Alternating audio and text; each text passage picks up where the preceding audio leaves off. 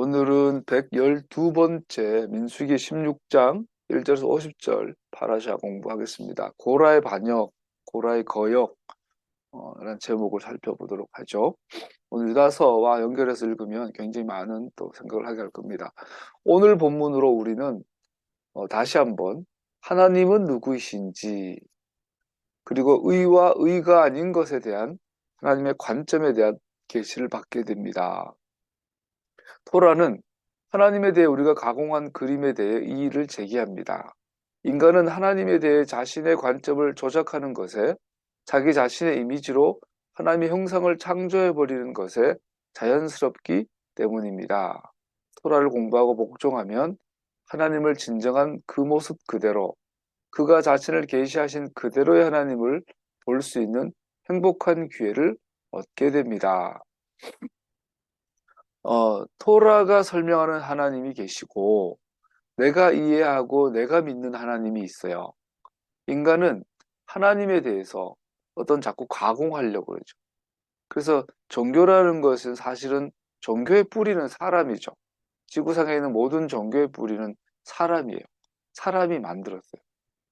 그런데 거기서 이제 심지어 우리가 예수님을 영접하고 성경을 믿는 믿음의 삶을 살면서조차도 이 하나님을 성경이 말하는 하나님이 아니라 내가 믿고 싶은 하나님으로 가공해서 믿는 경우가 태반이죠. 이거 섞여 있어요. 우리 여러분과 저도 성경이 말하는 하나님을 알고자 믿고자 하지만 또 동시에 내가 원하는 신을 만들어 놓고 이게 하나님이야. 금송아지죠. 금송아지를 만들어 놓고 이게 불교 부처가 아니에요. 이 금송아지는 하나님이. 이것이 너희를 애굽에서 인도해낸 하나님이야. 이렇게 하죠. 그리고 대체로 성경이 말한 하나님을 섬길 때는 우리는 목숨 걸지 않아요. 그런데 내가 믿는 하나님을 위해서는 순교도 해요. 열심히 해요. 그래서 우상 숭배하는 자들 보면 열심히 해요. 어제 되게 추웠죠. 추울 때, 지금도 추워지면은 우상 생각하면 기억나는 게 포항 북부 해수욕장 앞바다에 한겨울에 영하막 몇 도로 추워질 때 바닷바람이 불어올 때 그 상상을 초월하거든요. 서 있지를 못해요.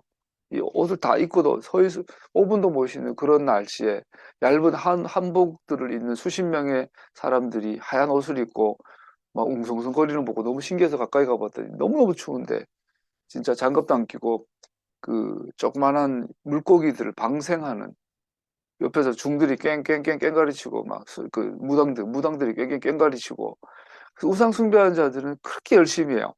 춘천에는 그 공군 부대를 지나가는 깊은 산속에 기도원에 옛날에 잠깐 다녀본 적이 있는데 거기는 민간인이 출입 못해요.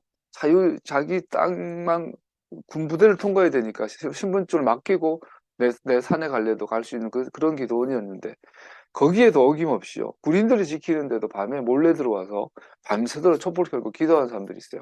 다 무당들이에요, 무당. 인간은 성경이 말한 하나님을 예배할 때는 시큰둥하고 뭔가 이렇게 연눈으로 들어요. 그런데 그거 듣고 나서 내가 가공한 하나님을 섬길 때는 정말 열심히 해요. 헌금도 아까워하지 않아요. 그리고 기도도 열심히 해요. 막 제가 밤마다 신천지를 가보잖아요. 요즘 요셉지파, 왕십리교 요셉지파. 밤마다 어제도 갔어요. 신천지를 태어나 처음으로 저도 목사지만 신천지 예배당을 들어가 보는데 와, 그 젊은 20대 남자 여자 대부분 여자들이고 남자 한두 명. 야, 이 대학생들이에요. 얘들이 어떻게 이거 넘어지고 빠지는가. 그죠?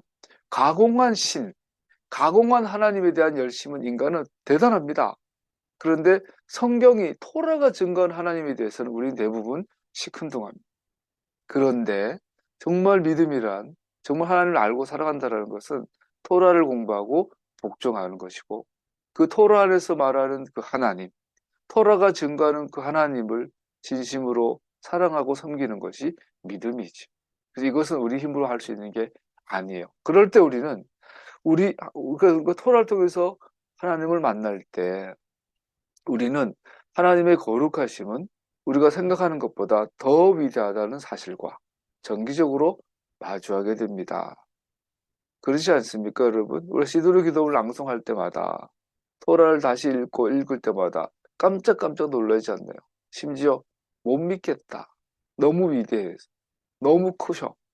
그래서 어, 일주일 동안 과학 사이트를 뒤져서 뭐 천문학이다, 뭐 내과학이다, 요즘 뭐 생물학이다, 광물학이다, 뭐 강의를 쭉 듣다가 성경을 딱 읽으면요. 한 큐에 너무 크셔. 온 우주의 왕이신, 온 우주의 주인이신, 온 우주의 심판자이신 하나님을 말할 때 이걸 믿어야 돼, 말아야 돼. 너무너무 크셔요. 토라 앞에 설 때마다 우리 생각한 것보다 더 위대하다는 사실을 우리가 정기적으로 마주하게 됩니다. 거룩하신 분은 자기 자신을 계시하신 그대로 알려지고 받아들여져야 합니다.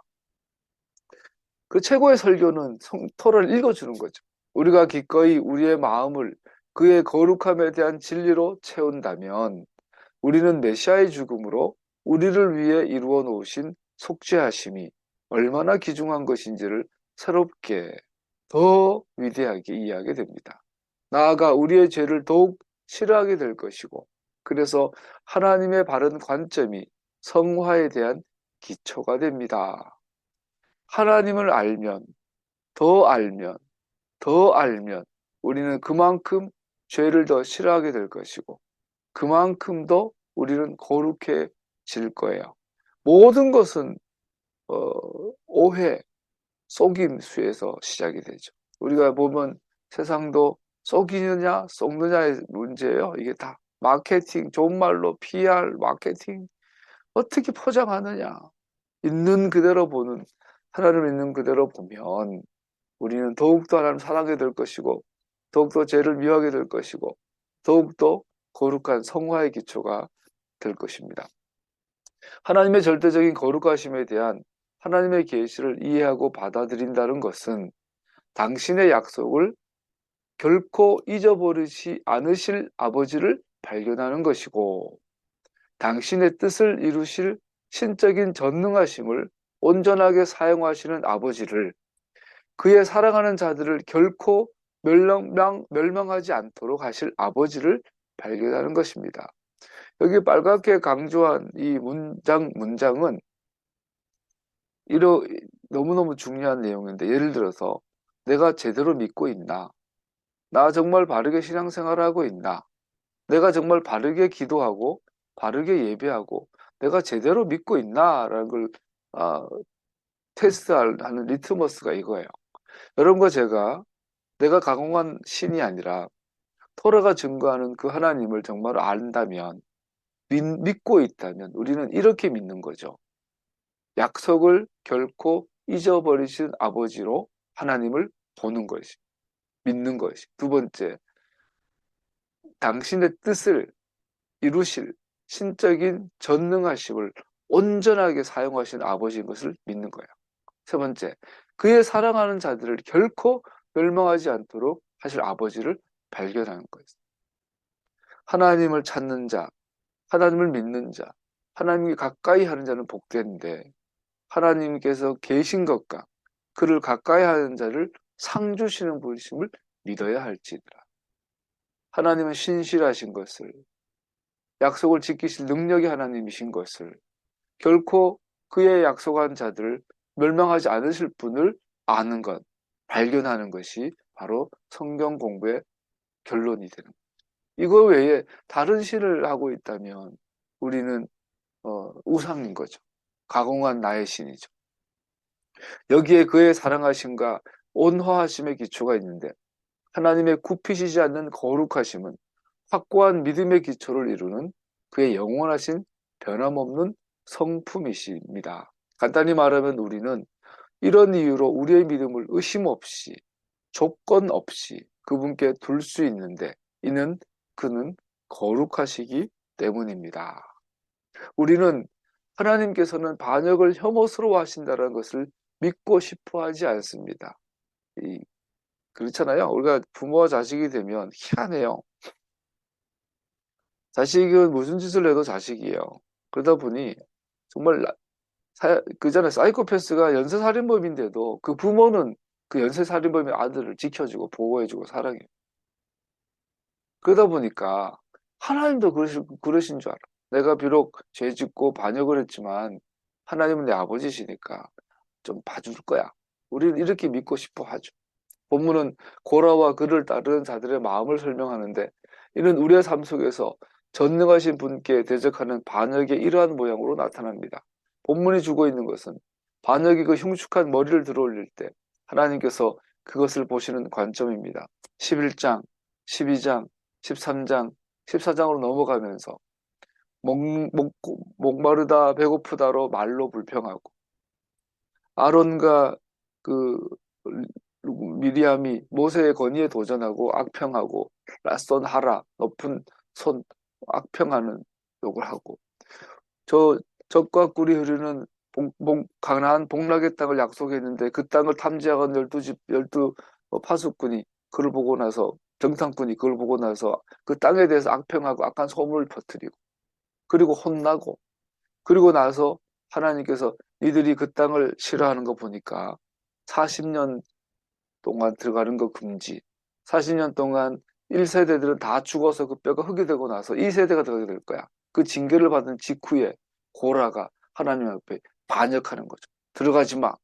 애굽으로도 가지도 말고 약속의 땅에 들어가지도 말고 40년 동안 이 광야에서 그냥 여기서 그냥 걸베 생활해. 걸베가 아니죠.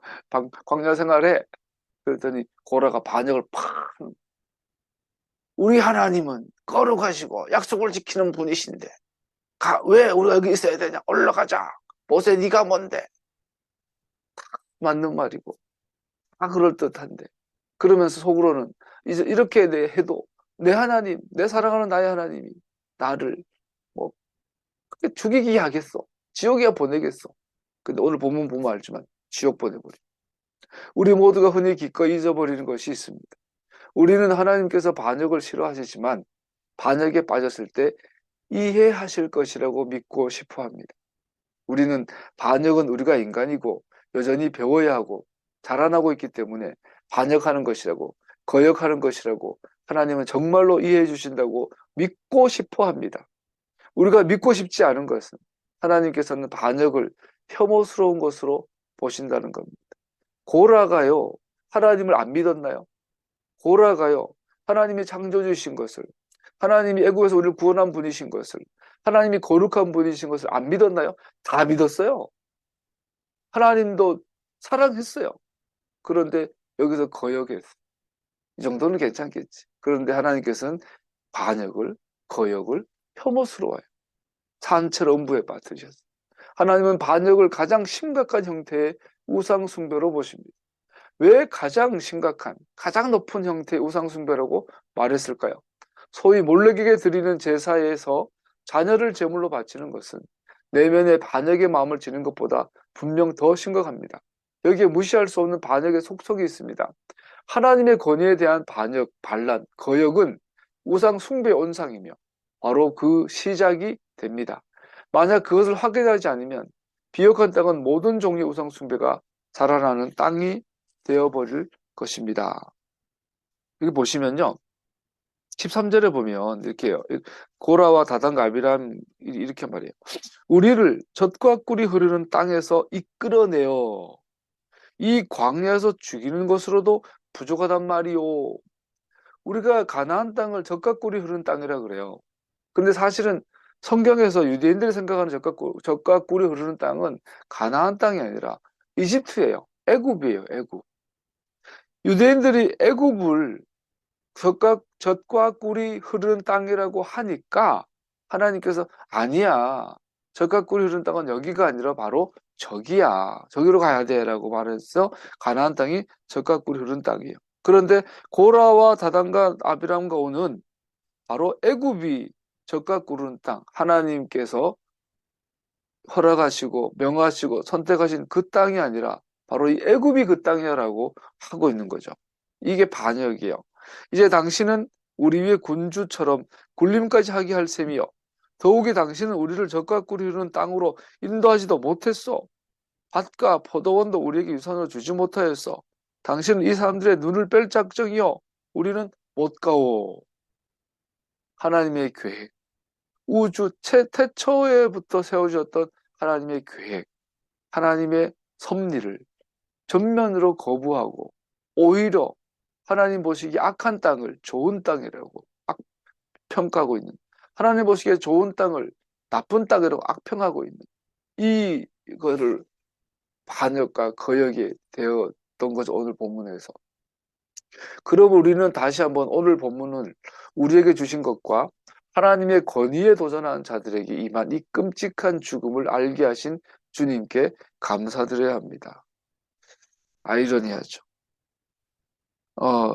그러나 주님께서 당신들이 듣도 보도 못한 일을 일으켜서 땅이 그 입을 벌려 그들과 그들에게 딸린 모든 것을 삼켜 그들이 산채로 서울을 내려가게 되면 그때 당신들은 이 사람들이 주님을 업신여겨서 벌을 받았다는 것을 알게 될 것이요.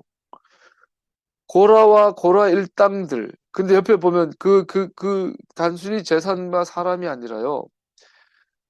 그들의 아내와 아이들과 어린 것들도 함께 섰다. 오늘날 그럴 거예요. 아니 하나님 잘못은 고라가 있는데 왜 고라의 아내나 고라의 어린 아들이 먼저 가졌다고 얘들도 같이 그럽니까?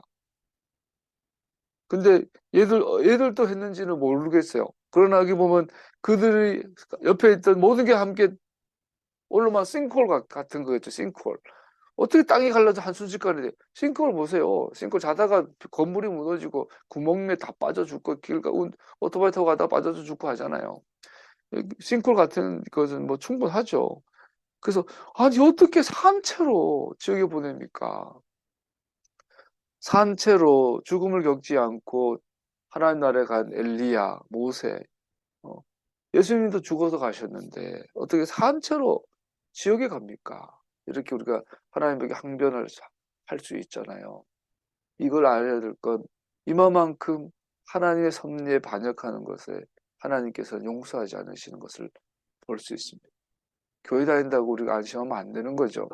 우리 자신의 자유와 성화에 대한 변함없는 원리를 발견하게 됩니다.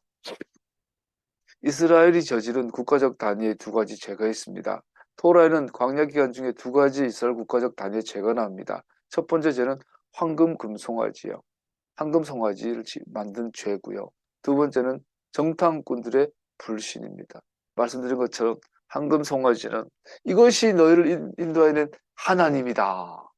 토라가 말한 하나님이 아니라 내가 조작한, 내가 상상한, 내가 만들어낸, 가공한 이 신이 하나님이다. 이것이 황금 금송아지의 본질이고 이것이 우리의 우상 숭배의 핵심이 되죠. 또 하나는 오늘 정탐꾼들의 불신입니다. 하나님의 지도력, 하나님의 계획, 하나님의 섭리를 정면으로 거역하는 것을 정탐꾼들의 불신, 믿음 없음이라고 할 수 있겠죠. 두 죄의 공통점이 있습니다. 이 두 가지 죄는 이스라엘이 멸절할 수 있다고 경고합니다. 이거는 아무리 이스라엘이고 하나님을 믿고 뭐 기도하고 예배하고 헌금하고 상관없이 끝납니다. 멸절입니다. 이스라엘의 구원은 모세의 중재를 통해 이루어졌어요. 두 번째 특징은 이 죄를 지어졌을 때 죽을 놈은 죽고 살 놈은 쏘갔던 놈들은 모세가 중재했을 때 살아납니다. 세 번째, 이스라엘이 하나님의 말씀에 거역하는 것은 반역하는 것은 우상을 섬기는 것과 같습니다. 그렇죠? 계속 강조하시면 이 이스라엘 백성들은 다른 나라로 간 게 아니에요. 불교로 기여한 게 아니에요. 이스라엘이에요. 이스라엘의 절기와 예배와 정막에서 저 제사 드렸는데 우상 숭배하고 있다. 이스라엘이 하나님의 말씀에 반역하는 것은 우상을 섬기는 것과 같습니다. 사무엘상 15장 23절 반역은 점치는 죄와 같고 불순종은 불법과 우상 숭배와 같습니다. 파란 글씨 같이 읽어보죠. 거역하는 것은 점을 치는 죄와 같고 고집을 부리는 것은 우상을 섬기는 죄와 같습니다. 임금님이 주님의 말씀을 버리셨기 때문에 주님께서도 임금님을 버려 왕이 되지 못하게 하셨습니다. 김건희가 지난주에 뇌물 받는 게 들통났잖아요. 동영상 찍혔잖아요. 어제 그 목사님 그 1시간 반짜리 인터뷰를 봤더니 그냥 과관이더만요. 근데 김건희가 양평에 삼촌이 약국을 했고 아버지는 남천 궁청 공무원이었는데 어릴 때부터 그렇게 교회를 열심히 다녔대요. 지금도 교회와 성경에 관심이 많대요. 그러면서 자기는 기독교인이라 그런데 기독교인이라는 년이 점치나? 기독교인이라는 년이 점치나? 우상에가 절하고 막 그러나? 그래서 입만 열면 거짓말하고 얼마나 담배를 피웠는지 어쨌는지 가래를 탁 뱉어가면서 아우 성경 말하잖아요. 우상 숭배라고 너 교회 다녔던 아버지가 뭐든 성경을 공부했던 말하던 우상 숭배라고 고라의 반열이라고. 신명기 1장 26절을 보면 모세는 정탐꾼들이 그 땅을 정복하기 위해 나가는 것을 반대하는 것은 반역의 죄라고 설명합니다. 그 땅은 토부한 그 땅은 하나님이 세상을 창조하기 시기 전부터 준비하시고 계획하시고 꿈꿨던 그 땅이에요. 그 땅이 우리 믿음의 핵심이에요. 그 땅에 대한 하나님의 비전을 믿는 것이고 그 땅에 대한 하나님의 비전을 나의 비전으로 삼아 하나님과 동지가 되어서 하나님과 동지의식을 가지고 내가 그 비전과 그 꿈을 위해서라면 굶어도 괜찮아. 가난해도 괜찮아. 죽어도 괜찮아. 이게 바로 믿음이라는. 근데 그 땅을 악평을 해? 그러나 당신들의 하나님의 말씀을 거역하고 올라가려고 하지 않았습니다. 그러면 다른 땅으로 가야지. 그 땅이 아니라. 민수기 11장에 13장에 같은 주제와 백성들의 태도입니다. 지금 복수하고 있는 거죠. 11장은 백성 중 얼마나 하나님을 대적하여 불평하고 있는지. 그거 모세에게 70인 영이 내려서 12장은 미리암과 아론이 모세를 대적하여 비방하여 13장은 정탐꾼들이 땅에 대해서 악한 보고를 하였었습니다. 이 세 가지 경우에 연루된 백성들은 하나님의 명령을 거역하고 악한 말을 통해 그들의 믿음이 없음을 증명하였습니다.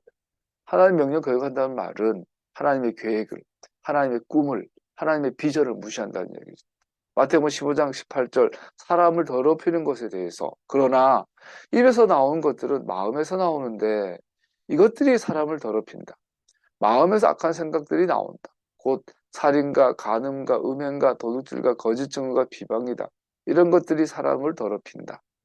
그러나 손을 씻지 않고서 먹는 것은 사람을 더럽히지 않는다. 살인, 간음, 음행, 도둑질, 거짓 증거, 비방. 이것이 바로 요한계시록의 7번째 나팔, 대접으로 연결되어지는 그 재앙의 근거가 되죠. 첫 번째, 하나님께서 두신 우리의 삶의 자리에 불만을 갖고 있는 자신을 발견하게 된다면 우리는 반역의 죄의 약점이 노출되어 있는 것입니다. 그럼 우리를 점검해 봅시다. 우리는 하나님께 반역하고 있나요? 반역의 기미가 보이지 않나요? 그 첫 번째 증세가 하나님께서 두신 우리의 삶의 자리에 불만을 갖고 있는가? 감사하지 못하고 있지 않는가? 반역을 예방하는 주된 대책이 하나는 하나님의 섭리가 우리의 삶에 작동하는 것을 아는 것이며 하나님 전적으로 신뢰하는 것이며 그래서 하나님께서 지정하신 자리에 우리를 두심에 감사드리는 것을 인정하는 연습을 하는 것입니다. 이게 가능하세요? 지금 우누랑 선리가 보겸이를 데리고 병원에서 오고 있어요. 그 병원에 갈 때마다 부모나 가족이나 자식을 아파서 병원에 갈 때마다 정말 하나님에 대해서 의심과 회의가 들지 않으세요? 저는 요즘 밤마다 드는데 오늘 새벽에 멘붕이 온 적이 있어요. 물건이 쫙 널브러져 있는데 찾을 수가 없어요, 이름을. 순간 순간 무너지죠. 한 5분 정도 막 멘탈이 나간 적이 있어요. 아니 샤바신데 예배인도해야 되는데 내가 새벽에 이러고 있는 거야. 그것도 그런데 일 자체가 뭐 꼬여가지고 안 돼. 이게 매일 그래, 매일 어려워요. 그러니까 순간 내가 이렇게 사는 것이 맞아? 내가 이렇게까지 하고 이렇게까지 살아가는 게 한 뜻이 맞아? 뭐 이런 순간에서 뭐 이게 방황하게 되죠, 마음이. 그러잖아요. 돈이라는 게 어떤 사람들은 뭐 쉽게 없지만 다 고생하지만 어떤 사람들은 그래도 뭐 비교적 쉽게 돈을 버는데 어떤 사람들은 진짜 몸을 갈아 넣어도 그 돈의 4분의 1도 못 버는 이런 우리가 삶을 살잖아요. 더군다나 목사인데 더군다나 교회인데 그런 생각이 나 같은 경우도 막 들어요. 내 삶의 자리가 과연 하나님의 섭리 안에 있는지 과연 하나님 인도하심의 절대적 주권 안에 있는 건지 아니면 내가 일탈해서 내 혼자 그지 광야에 나가 혼자 빌을 돌고 있는 건지 모르겠어요. 그러다 보니 그렇게 되면 어떻게 돼요? 내 삶에 하나님의 주권과 하나님 인도하심을 놓치고 하나님에 대한 감사와 놓치고 불평, 불만, 원망이 막 나오기 시작해요. 이런 것이 반복이 되고 있다면 우리는 하나님에 대해서 반역하는 마음이 생기기 시작했다는 것으로 보면 된다라는 거죠. 만일 하나님께서 우리에게 현재 우리의 삶의 가업을 부여하신 것이라면 분명히 그가 그의 뜻을 이루도록 방법들을 제공하시고 그의 명령에 복종하고 행할 때 축복하실 것이라는 것을 신뢰할 수 있기 때문입니다. 제 이야기 자꾸 하게 되는데 일을 막 새롭게 생각해 보니까요. 내가 상상했던 것보다 훨씬 힘들어요. 그러다 보니까 매일 나가면서 매일 밤마다 그 생각해요. 복지관에 있을 걸. 얼마 전에 지금 다시 다른 일터에서 오라고 연락이 왔는데 갈까?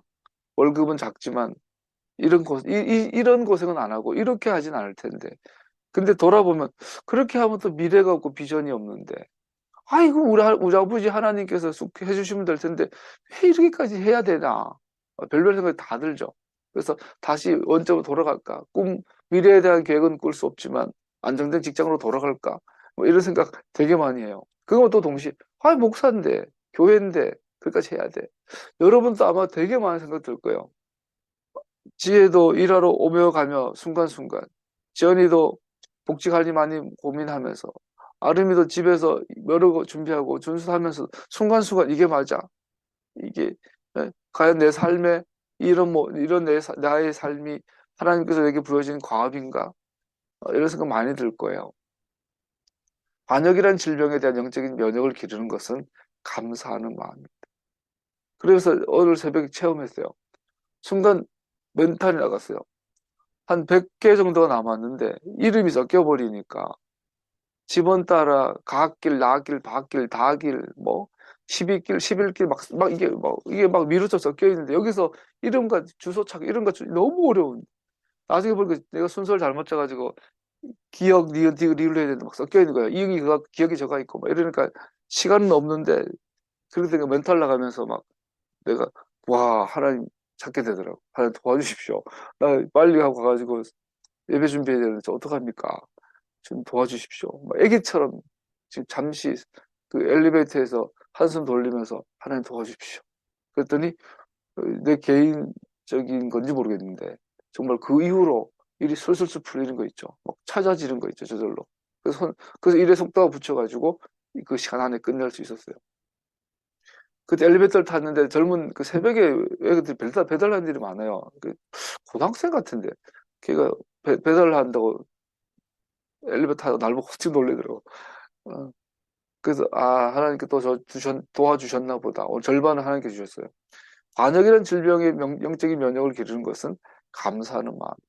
그래서 정말 감사하는 마음이 있을 때 우리 몸의 긴장이 풀어지고 놓친 것이 보이고 안 보이는 것이 안 들리던 것이 들리고 이거 하는 것 같아요. 그래서 여러분 반드시 감사하십시오. 가스라이팅이 아니고 뭐 화낼 땐 화내고 불평할 땐 불평해야 되죠. 그런데 기본적으로 하나님을 신뢰하시고 그를 찾는 자에게 복 주시고 하나님은 좋은 분이시고 약속을 지키는 분이시니 그것을 발견하시고 감사하고 믿음의 생각, 믿음의 고백을 하는 여러분 되십시오. 그러면 세포가 풀어지고 긴장이 풀어지고 안 보이는 게 보이고 안 들리는 게 들리게 될 것입니다. 네 모든 형편에 감사하라. 이것이 메시아 예수 안에서 너를 위한 하나님의 뜻이기 때문이다. 감사하라. 두 번째, 반역은 하나님에 대한 명백한 모독으로 시작하는 것이 아니라 하나님께서 지명하신 지도자들의 권위를 거절하는 것으로 시작합니다. 반역의 시작은 하나님에 대해서 하지 않죠. 눈에 보이는 권위, 뭐 목사님, 아버지, 엄마, 뭐 이런 학교 선생님, 뭐 나의 리더들, 내가 지도자들이라고 할 수 있는데 대한 권위에 도전하는 것, 반역하는 것에서 반역이 시작이 된다. 고라의 모세 아론의 반란을 일으킨 자들은 자신들이 광야에서 방랑하는 것이 하나님과 그 땅에 들어가라는 명령에 불복종한 것에 대한 징계 때문이라는 사실을 받아들일 수 없습니다. 하나님께서 못하게 징계를 주신 건데 자신들이 받은 징계의 책임을 지도자로서 부족하다고 증명된 모세와 아론의 책임으로 돌리죠. 그 땅에 들어가라는 하나님 명령에 거역했기에 그 결과 현재 상황이 야기되었다는 사실을 받아들이는 대신에 그들은 다른 누군가에게 죄책을 물으려 합니다. 비난을 전가하는 것은 분명히 반역의 마음이 드러나는 증거가 됩니다. 회개는 지금 경험하고 있는 영혼의 고통은 우리 죄의 결과이지 다른 사람의 죄의 결과가 아니라는 것을 먼저 자기 자신에게 그리고 다음에 하나님께 기꺼이 인정하는 것에서 시작됩니다. 회개는 다른 사람 책임이 아니라 내 책임인 것을 인정하고 내가 책임져야 되는 것을 인정하고 하나님께 가까이 가는 것에서 시작됩니다. 그래서 절대로 남 이야기한 사람하고는 가까이 앉는 게 좋죠. 뭐 누구는 어떻고 이건 누구는 어떻고 누구는 어떻고 남 이야기 자꾸 하고 막 남 흉보고 다른 사람한테 책임 돌리는 거 참 비겁하죠. 그것은 반역의 시작입니다. 비난을 전가하는 것은 반역의 길입니다. 죄를 개인적으로 자백하는 것은 하나님의 길입니다. 우리는 하나님의 길로 가기를 축복합니다. 세 번째, 반역은 모든 사실에 대한 관점을 왜곡시킵니다. 모든 사실에 대한 관점을 왜곡시킵니다. 고라와 그의 반역의 동무들이 광야에서 죽는 징계는 비록 하나님께서 명하신 것임에도 불구하고 모세와 아론에게 책임을 물어 비난하기 시작합니다. 반역의 중앙에서 그들은 사실을 그 실체대로 보지 못하고 있습니다. 분노가 눈을 가려버렸습니다. 그들이 애굽에 대해 어떻게 말하고 있는지 주목하십시오. 젖과 꿀이 흐르는 땅. 하나님께서 약속하신 땅에 대해 설명하는 바로 그 표현입니다. 반역은 모든 것을 거꾸로 만들어 버렸습니다. 애굽에서 끔찍했던 삶을 잊어버린 것일까요? 고역과 폭력, 달성할 수 없는 과업을 받은 사람들의 죽음, 가정과 공동체 총체적인 붕괴, 하나님께서 말씀하신 대로의 하나님을 섬길 수 없음. 그래서 반역을 하게 되면 똥오줌을 구별을 못하죠. 애굽을 보고 고난의 땅, 죽음의 땅을 보고 젖과 꿀이 흐르는 땅이라 그러고 하나님께서 함께 하시는 땅을 보고 바로 죽음의 땅이라 그러고 이게 거꾸로 되어버리는 거죠. 망각은 잘못된 표현입니다. 눈이 가려짐이 더 나은 표현입니다. 반역의 특징은 영적인 눈을 가려버립니다. 여러분, 우리가 살면서 얼마나 많은 어리석은 행동을 합니까? 순간순간 돌아보면 우리가 눈이 가려져서 그래요. 너무나 눈이 많이 가려져서 하나님 보시기에 좋은 것을 좋은 것인 줄 모르고 하나님 보시기에 악한 것을 좋다라고 하는 이런 어리석은 경우를 많이 하죠. 이것이 바로 반역의 결과입니다. 네 번째, 예배는 반역에 대한 리트머스 시험입니다. 시험지입니다. 예배, 특별히 기도는 반역에 대한 리트머스 시험입니다. 여러분, 예배가 뭐죠? 뭐 제사지 네 날째 소를 잡고 양을 잡으면 이게 제사구나 확 가는 게 있을 텐데 오늘날 뭐 찬양 부르고 기도하고 말씀 듣고 뭐 읽고 예배가 뭐죠? 성경에서 예배의 핵심은 리딩이죠. 토라, 성경을 읽는 것이에요. 읽었으니까 설명 듣는 것을 설교라고 하겠죠. 예배. 근데 듣고 배운 거 가지고 부족하죠. 이것을 내 것으로 소화하는 것이 기도죠. 소화하는데 혼자 하는 것이 아니라 하나님과 상호 교류하는 것이 기도죠. 그래서 말씀을 듣고 배우고 기도하는 것이 예배죠. 그런데 이게 또 다가 아니죠. 말씀을 듣고 배우고 깨닫고 기도했다면 이제는 나가서 실천해야죠. 열매를 맺어야죠. 이것이 예배죠. 예배는 반역에 대한 리트머스 시험지입니다. 본질이 드러나는 뚜렷한 일입니다.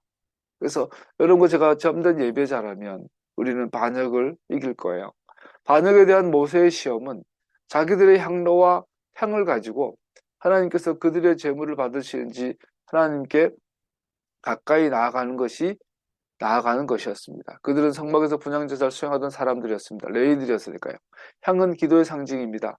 그리고 모세가 명한 시험은 상징적으로 그 기도를 하나님께 받으시는지에 대한 것이었습니다. 이 이야기처럼 반역이 노골적인 것은 없었습니다. 때로 반역은 마음을 상하게 하고 진보를 앞으로 나아가는 것을 둔하게 합니다. 우리는 어떻게 반역이 우리 영혼의 뿌리를 상하게 하는지를 알 수 있을까요? 전능하신 분과의 친밀한 교제를 위한 정직한 의미로 개인적이든 공동체적이든 기도 시간을 갖고 계십니까? 아니면 나의 기도들이 단순한 행위입니까? 여러분 예배드리고 있나요? 기도하고 있나요? 기도의 시간에 내 마음의 중심과 그를 위한 나 자신의 필요를 드러내고 있습니까? 아니면 하나님께서 다른 사람의 눈을 열어주실 것을 희망하여 하고 있습니까? 16장 5절에 주목하십시오. 고라와 고라가 데리고 있는 모든 사람이 이렇게 말하였다. 내일 아침에 주님께서는 누가 하나님께 속한 사람이며 누가 거룩하며 누가 그에 가까이 나아갈 수 있는지 알려주실 것이요. 주님께서 친히 택하신 그 사람만을 주님께 가까이 나오게 하실 것이고 하실 것이요. 모세가 기도하고 나서 이렇게 대답하였어. 주님께서는 친히 택하신 그 사람만을 주님께 가까이 나오게 하실 것이요. 예배와 기도가 회복되기를 축복합니다. 다섯 번째, 반역은 전염됩니다. 하나님께서 모세에게 반역한 무리들에게 행하실 것을 분명히 하신 후에 모세는 나머지 백성들 그들과 떨어지게 하였습니다. 반역이 발생했을 때 모세가 그 무리와 떨어지라고 말한 것은 현명한 조언이었습니다. 왜냐하면 반역은 전염되기 때문입니다. 우리 모두는 인간이기에 그러한 질병에 전염될 수 있는 것처럼 우리 모두는 반역으로 감염될 수 있습니다. 요즘 밤마다 신천지를 가보면서 편견인데 실체죠. 편견도 섞여 있겠지만 전염병이다. 어떻게 젊은 애들이 이렇게 이 전염병에 어울릴까? 그러면서 생각이 드는 게 우리 은재 너기도 이제 고등학교 대학생이고 우리 보겸이나 내년에 이제 주원이 있는 초딩이 되고 아이들이 크니까 나중에 기회가 되면 우나라 교계 도표를 한번 그려야 되겠다. 장로교, 감리교, 저 건강한 교단이 있고 이단들 제파해서 니들 잘 분별해라. 그냥 신천지 나빠, 신천지 가지 마 이렇게 하니까 아이들한테는 와닿지 않는 것 같아요. 그래서 우리가 메시아니가 독보적인 독특한 거지만 장로교도 있고 통합이 갑동이 있고 대신측이 있고 뭐 있잖아요. 뭐 있고 뭐가 있고 감리교가 있고 침례교가 있고 건강한 교단들이 있고 이단들이 있고 이런 차트도 한번 필요하겠구나 생각이 들더라고요. 아이들한테 가르쳐 주기 위해서. 여러분 집에서 아이들한테 이제 그래도 기독교와 이단에 대해서 이렇게 가끔씩 설명해 주세요. 속지 않게. 부모를 떠나 사회생활 할 때 애들 다 나가 떨어지는 거 속는 것 같아요. 사실 바이러스는 우리 모두에게 잠복하고 있습니다. 반역의 바이러스는. 여기서 우리가 왜 우리 안에 있는 쓴뿌리를 결코 허용해서는 안 되는지를 알게 됩니다. 왜냐하면 그것은 반역의 질병이 확산되게 하는 수단이기 때문입니다. 성경이 나쁜 친구는 습관을 망친다는 것을 가르치고 있습니다. 신천지 친구가 10명이 있는데 한 놈이 신천지에 빠지면요 다 데려가요. 희한해요. 교회 다니는 애들은 옆에 친구가 있으면은 교회 가자 소리 못해요. 가자고 요거도 먹고. 그래서 신천지 애들 다 끌고 가. 심지어 정명석이 이 성도착증 환자잖아요. 정신병자잖아요. 정명석이는. 근데 최근에 정명석이가 또 나와요. 또. 그 우리나라 모델같이 예쁜 여자애들이 다 나가 떨어져. 왜 그럴까? 이 반역은 전염이다. 이것은 일종의 속임수고 미혹인데 아까 말씀드렸지만 성경이 증거하는 하나님을 믿는 것은 우리한테 우리 전부를 걸지 않아요. 이래요. 그런데 성경이 증거하는 하나님이 아니라 내가 가공하고 조작한 신에 대해서는 우리는 정말 열심히 해요. 그래서 보면은 인간의 역사를 보세요. 이단들이 항상 커요. 더 많아요. 더 열심히 해요. 엽기적인 거죠. 아까 무당들도 더 열심히 해요. 기도 더 많이 해요. 신천지나 통일교나 얘들은 가면은 막 몸 바치고 돈 바치고 시간 바치고 다 해요. 그러고도 교주님 막 이래요. 신천지에서 탈퇴한 성도들조차 그랬대잖아요. 그 이재명 경기지사 그거 하고 나서 신천지 이만희가 TV 나와서 무릎 꿇고 절하는 걸 모습 보고 울었대잖아요. 몇 억짜리 몇 천만짜리 시계 차고 몇백마지 양복을 입고 가난한 척 힘든 척 하고 이러고 있는데 심지어 신천지 탈퇴한 사람들조차도 이만희 보고 눈물 흘렸대잖아요. 어이구 교주님 성령님 이러고. 사람이 가짜에게는 열심이고 원래 가짜에게는 쏘가서 생명도 바쳐요. 진짜를 위해서 죽고 진짜를 위해서 섬기는 것은 쉽지 않아요. 그게 정말 똑똑해야 돼요. 믿음은 똑똑해야 돼요. 믿음은 정말 이성적이고 상식적이고 정말 그런 것 같아요. 반역의 영이 확산하여 사람들이 물들 수 있습니다. 나쁜 친구는 습관을 망칩니다. 여섯 번째, 하나님께서는 반역을 미워하십니다. 왜냐하면 반역은 우상 숭배이기 때문입니다. 하나님께서는 고라와 그의 무리들에게 격분한 말씀을 바라신 것은 반역으로 죽은 것에 대해 모세와 아론을 비난하는 이스라엘 회중을 상대로 격노하셨습니다. 하나님께서 이 죄를 극도로 싫어하시는 것은 오늘 본문의 죽음이 진 안에 만연한 그림으로 설명하고 있습니다. 고라뿐 아니라 그와 가까이 있는 모든 자들뿐 아니라 14,700명이 반역의 결과로 죽음을 당했습니다. 생각해보세요. 우리나라도 정권이 바뀔 때 몇만 명이 죽었다 생각해보세요. 최근에 서울에 보면 나왔는데 전두환이가 얼마나 악한 사람인지를 요즘 젊은 애들이 좀 악하게 보게 된 것 같아요. 그게 우리나라 역사라고. 그게 연결된다고. 지금 윤석열이는 전두환의 후배라고. 지금 국민의힘은 전두환의 후배라고. 이거를 좀 봐야 되죠, 아이들이. 뭔 말 하다가. 고라 위에 임한 피는 그가 상상할 수 있는 것보다 더 컸습니다. 왜냐하면 그는 백성들을 반역으로 인도했기 때문입니다. 전염병의 진앙지였기 때문이죠. 말씀을 마무리하겠습니다. 우리의 대제사장은 반역의 전염병이 멈추어지도록 우리를 대신해 중보하고 계십니다. 우리 하나님께서, 우리 예수님께서 보좌 우편에 앉으셔서 주무시지도 않고 졸지도 않으시고 한눈 팔지도 않으시고 여러분 것들을 지켜보시며 우리를 위해 중보하고 계십니다. 산자와 죽은 자 사이에 향로를 들고 선 아론의 그림은 우리를 대신해 기도하고 계신 예수와의 그림입니다. 만약 그가 우리를 위해 중보하지 않으신다면 우리 모두는 아담과 함께 가장 높으신 분을 대적하여 반역에 참여했기 때문에 하나님의 진노의 거룩한 정의로 불타버릴 것입니다. 만약 예수님께서 우리를 위하여 중보하지 않으신다면 여러분과 저는 고라처럼 불타 주님께 버려졌을 거예요. 분향 제물을 통해 백성들의 속죄가 이루어졌다는 것은 매우 흥미롭습니다. 더구나 향은 백성들 가운데로 가져간 것이지 뮤지컬의 지성소에는 분향단에 제한된 것이 아니었습니다. 성막 안에 있는 것 중에 유일하게 분향단이 밖으로 나와요. 예수님의 중보 기도를 상징하죠. 이 그림은 명백히 백성들 위한 중보를 의미하며 대제사장의 직무로 지성소에 가득 채워지는 대속죄일에 드려지는 향에 대한 상징입니다. 백성들을 덮친 역병이 하나님께서 임재의 구름 가운데서 임하신 것에 대한 직접적인 결과였기에 백성들 한가운데서 취해진 향은 대속죄일에 드려진 향이 하나님의 임재의 구름인 쉐키나의 장소에 드려진 것과 같습니다. 하나님 임재가 법궤에서 백성들이 갖고 있는 백성들 한가운데로 임하였기에 분향도 다시 그곳에 왔고 그곳에서 하나님의 일이 일어났죠. 나아가 향은 기도와 중보의 상징이기에 아론이 예수님께서 우리를 대신해 하시는 중보 사역에 대한 그림자로 분향한 것과 어울립니다. 여러분, 예수님께서 여러분과 저를 위해 매일 기도하고 계세요. 그러니 우리도 예배로 기도로 하다 보면 좋겠어요. 예수님 역시 산자와 죽은 자 가운데 서서셔.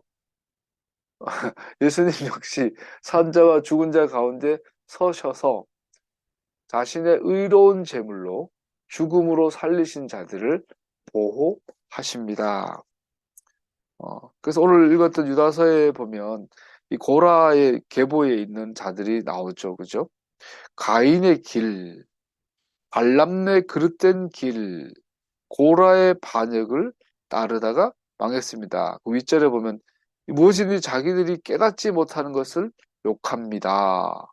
이 사람들도 꿈꾸면서 육체를 더럽히며 권위를 업신여기며 영광스러운 존재들을 모독합니다. 유다서는 이런 반역의 무리들을 이단이라고 규정하고 이들을 비난하고 있죠. 모든 불경건한 자들이 저지른 온갖 불경건한 행실과 또 불경건한 죄인들이 주님을 거슬러 말한 모든 거친 말을 들추어내서 그들을 단죄하시려는 것입니다. 말씀을 마무리하죠. 그러므로 사랑하는 여러분 우리 주 예수 그리스도의 사도들이 예고한 그 말을 기억하십시오. 마지막 때에는 여러분을 조롱하는 자들이 나타나서 자기들의 경건하지 못한 욕정을 따라 살 것입니다. 이 사람들은 분열을 일으키는 자들이며 성령을 받지 않고 본능대로 사는 자들입니다. 그러나 사랑하는 여러분은 가장 거룩한 여러분의 믿음을 토로 삼아서 자기를 건축하고 성령으로 기도하십시오. 하나님의 사랑 안에 머무르면서 자기를 지키고 영생으로 인도하는 우리 주 예수 그리스도의 자비를 기다리십시오. 의심을 하는 사람을 동정하십시오. 또 어떤 부류의 사람들에 대해서는 그들을 불에서 끌어내어 구원해 주십시오. 또 어떤 부류의 사람들에 대해서는 그들을 두려운 마음으로 동정하되 그 살에 닿아서 더럽혀진 속옷까지도 미워하십시오. 아멘. 기도하겠습니다.